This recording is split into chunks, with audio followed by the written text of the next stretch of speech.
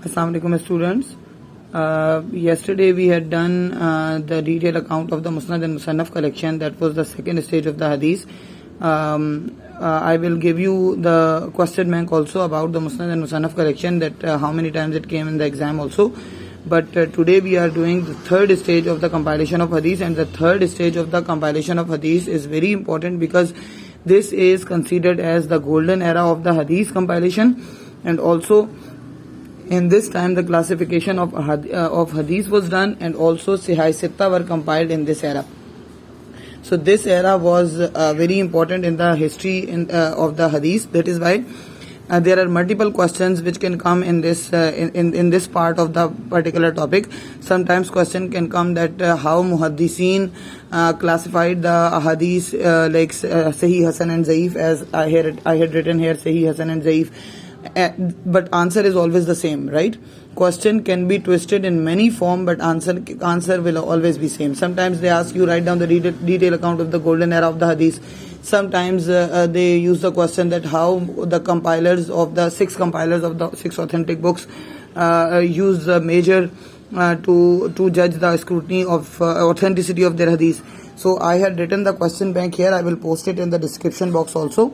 Like in May, June 2015 in paper 2-1, in May, June 2015 paper 2-1, in all these years this question had come in different forms, but answer was always the same, right?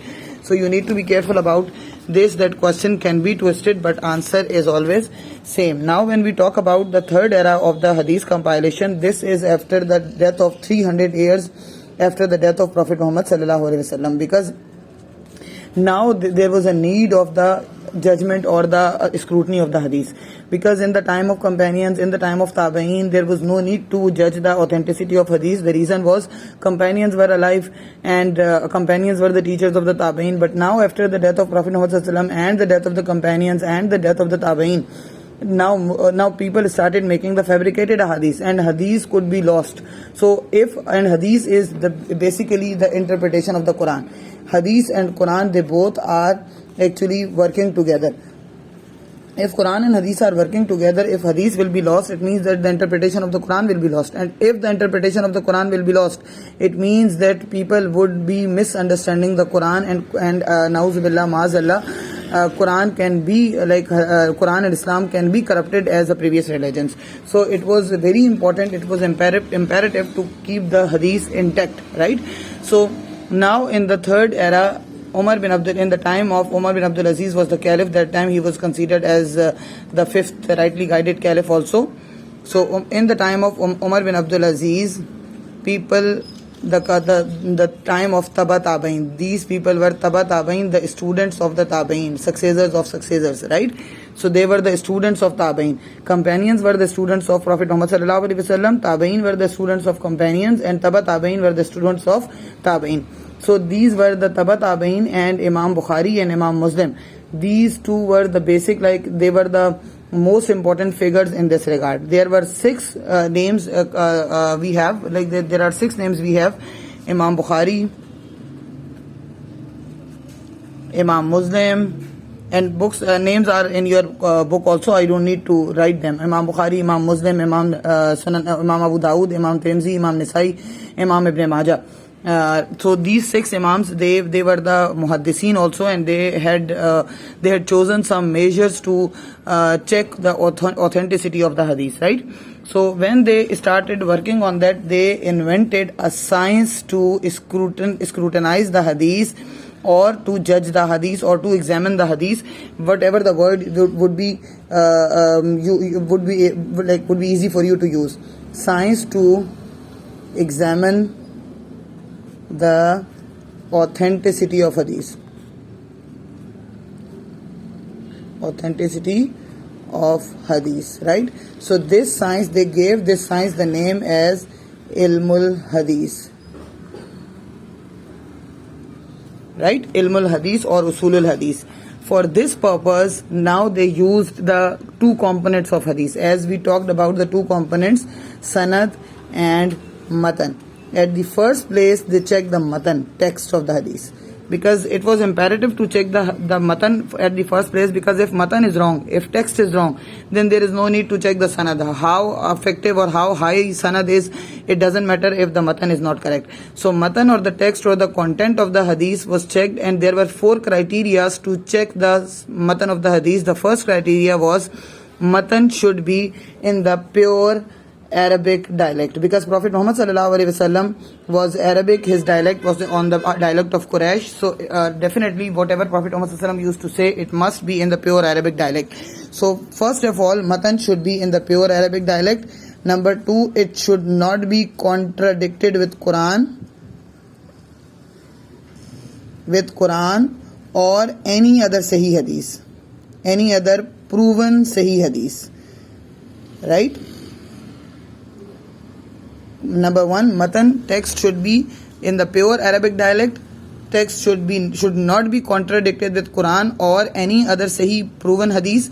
And third is, it should not be against nature. Means if somebody is saying that man is mortal, we all know that nature is man is mortal, everybody has to die.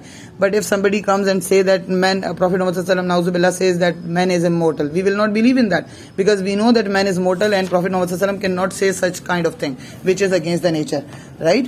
In the same way, the fourth is, it should not be against the status of the Prophet Muhammad sallallahu alaihi wasallam. Means we know that there is a status of Prophet Muhammad sallallahu alaihi wasallam, and we know what he can say and we know what he can't say. If there is something which would make us feel that Prophet Muhammad sallallahu alaihi wasallam cannot say this, we will not be believing in that. Now, when after checking the 4 criteria of matan, then muhaddiseen or the compilers will move towards the scrutiny of the sanad. Now they gave the examination of the sanad, they gave it the proper name as Asma'ur Rijal. Asma'ur Rijal. Asma is the plural of ism, and Rijal means men, like plural of men, Rujul, men. So name of man. So here you can understand that the names of the narrators. Then they started checking the name of narrators. Now they started checking what things that there is a sanad, there is a chain of narrators, and in this chain there should not be any gap, no gap. The first criteria is no gap. If there is no gap in the sanad and matan is 100% accurate, 4 criterias of the matan are fulfilled, and there is no gap in the sanad, then the hadith is on the highest level, that is considered as Sahih or authentic hadith. This is the first level of the hadith. So Imam Bukhari and Imam Muslim and all other narrators, they compiled the books in the same way, that they included maximum Sahih hadith in their books, right? So they are the Sahih hadith. Now this is the highest level of hadith, Sahih. But if there is any one gap in the sanad, it would lower the status of the hadith, and hadith would become Hasan. Only one gap. One gap is acceptable, and Hasan hadith is also acceptable. And Hasan hadith is used in Sahih Bukhari and Sahih Muslim also. So Hasan hadith is on the second level, and it is used as a benchmark for the Sharia law also. And there is no harm to use this Hasan hadith in any of the book. And all the 6 compilers used Hasan hadith with the Sahih hadith in their books also, right? So if there is more than one gap, if there is one gap, then hadith is Hasan. But if there are 2 gaps, like more than 1 gaps, then hadith becomes Zaif. Now hadith will not be used as the benchmark of the Sharia law, but it can be used as a reference only.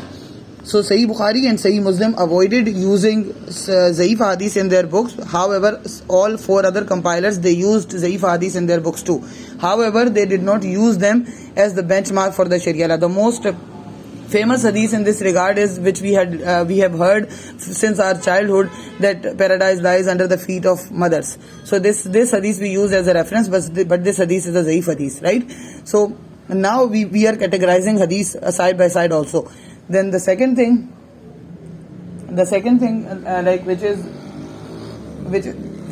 which is used in this regard is like after Sahih Hadith and after no gap, then there is another criteria, that is no narrator should be liar in the sanad, in the chain of the transmitter.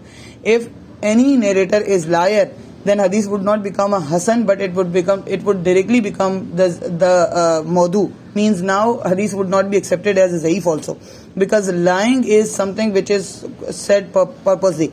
So liar in the sanad of the hadith would not be acceptable, right?